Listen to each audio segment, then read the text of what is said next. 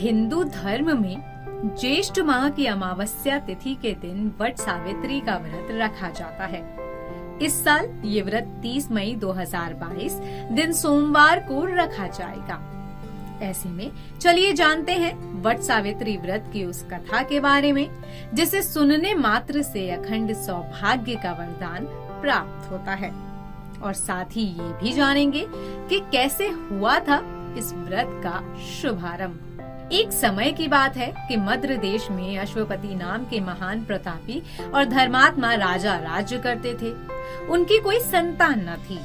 पंडितों के कथा अनुसार राजा ने संतान हेतु यज्ञ करवाया।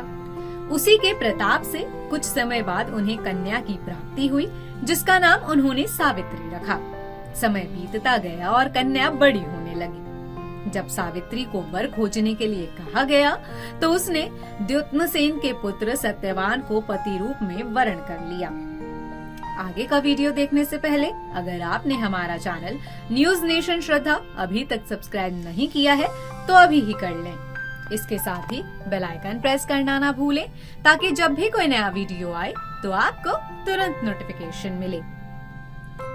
इधर यह बात जब महर्षि नारद को मालूम हुई तो वे राजा अश्वपति के पास आकर बोले कि आपकी कन्या ने जिस वर को खोजा है वह गुणवान तथा धर्मात्मा अवश्य है, परंतु अल्पायु है। 1 वर्ष बाद ही उसकी मृत्यु हो जाएगी। नारद जी की बात सुनकर राजा उदास हो गए। उन्होंने अपनी पुत्री को समझाया, लेकिन आर्य कन्या होने के नाते सावित्री ने अपने पिता को यह उत्तर दिया कि अपने पति का वरण वो एक ही बार करेंगी जो वो कर चुकी हैं। अतः अब चाहे जो भी हो वो सत्यवान को ही वर रूप में स्वीकार करेंगी। सावित्री के दृढ़ रहने पर आखिर राजा अश्वपति विवाह का सारा सामान और कन्या को लेकर वृद्ध सचिव सहित उस वन में गए जहां राजश्री से नष्ट अपनी रानी और राजकुमार सहित एक वृक्ष के नीचे द्युम्नसेन रहते थे। विधि विधान पूर्वक सावित्री और सत्यवान का विवाह करा दिया गया। वन में रहते हुए सावित्री अपने सास ससुर और पति की सेवा में लगी रही। नारद जी के बताए अनुसार पति के मरण काल का समय पास आया तो वह उपवास करने लगी।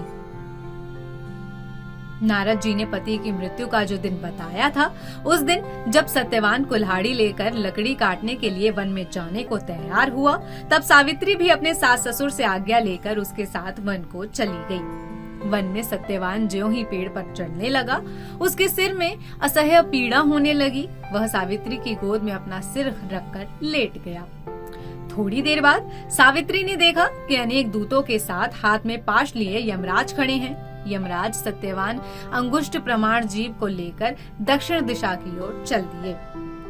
सावित्री भी यमराज के पीछे पीछे चल दी। सावित्री को आते देख यमराज ने उन्हें वापस लौट जाने को कहा, लेकिन सावित्री ने उनकी बात नहीं मानी। यमराज ने सावित्री की धर्मपरायण वाणी सुनकर वर मांगने को कहा, जिसके बाद पहले वर में अपने अंधे सास ससुर के लिए नेत्र ज्योति मांगी। दूसरे वर में उन्होंने अपने ससुर का खोया हुआ राजपाट लौटाने की विनती की।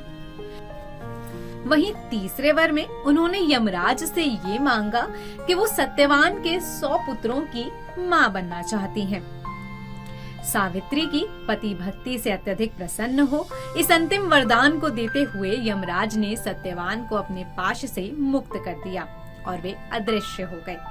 सावित्री उसी वट वृक्ष के पास आई और वट वृक्ष के नीचे पड़े सत्यवान के मृत शरीर में जीवन का संचार हुआ और वह उठकर बैठ गया।